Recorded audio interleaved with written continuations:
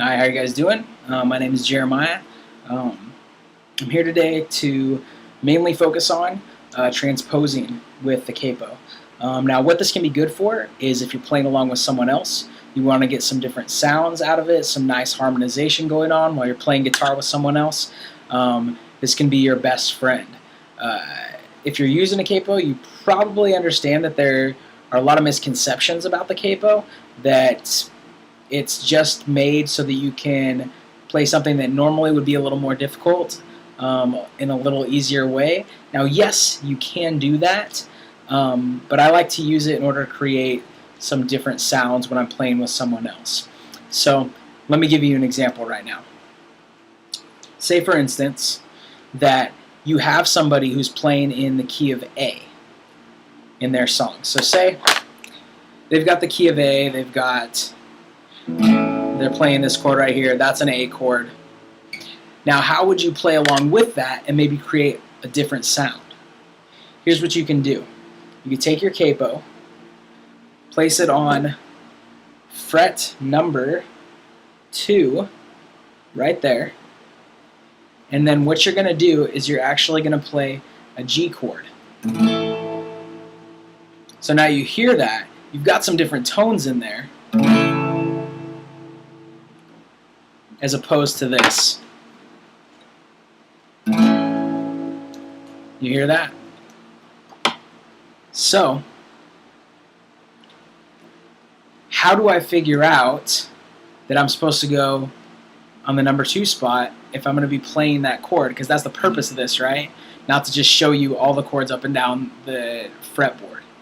So, here's how you figure that out. Now, you've got an A chord at the beginning. So, here's what you got to do. You've got to be able to transpose when you put the capo on. Here's how that works. So, I put it on number 2, and I'm playing a G chord. The reason I know that it's a G chord is because of this. When you put the capo on there, starting with the 1st fret, you have to go a step down, or a half step down, sorry, in music, each time you place it on the next fret up.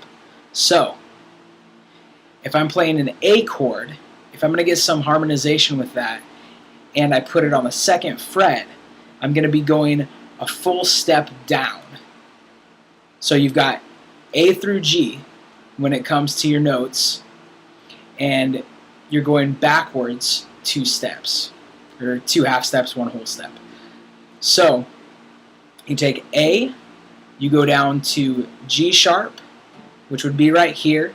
So if you put it on the 1st fret, you'd want to play G sharp. Not 1st fret playing G sharp. I don't know, you can play around with it if you want to. I don't personally think it sounds all that great. You wind up with bar chords and different stuff like that. For a nice open ring and tone, you can put it on 2 and then just play a G chord right there, and it sounds awesome. Another thing is especially if you're playing along with someone who's playing bar chords. Check this out. Okay, so down here you've got, there's your G chord right there, up a full step, there's your A chord. So you're playing like this.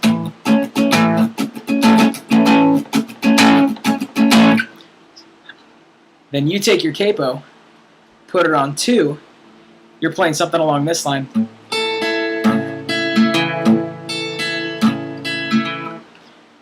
That sounds really cool coming off. So you got, and then you've also got a,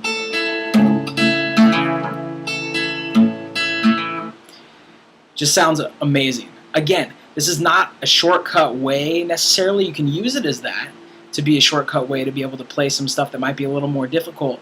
I'll give you an example of that. Say, for instance, you want to play in the key of B. Here's a way to do that. And this is kind of a simple transition from where we were talking about A to B. So if you're going to play in the key of B, you can still keep that G shape like that, but you're just going to want to move your capo up a little bit more. So say you take the capo, you move it up, we're in the A position right now, so you're going to want to knock that G chord up a couple steps So if I put it right here, I'm where now? I'm going to be in an A sharp or a B flat. If I put it one more up, that's on the 4th fret. There you go, 4 frets up.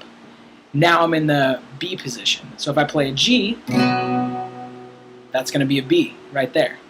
So if you're just starting out and B might be a difficult key to play in, I highly recommend this. Again, this is simple on how to transpose with the capo.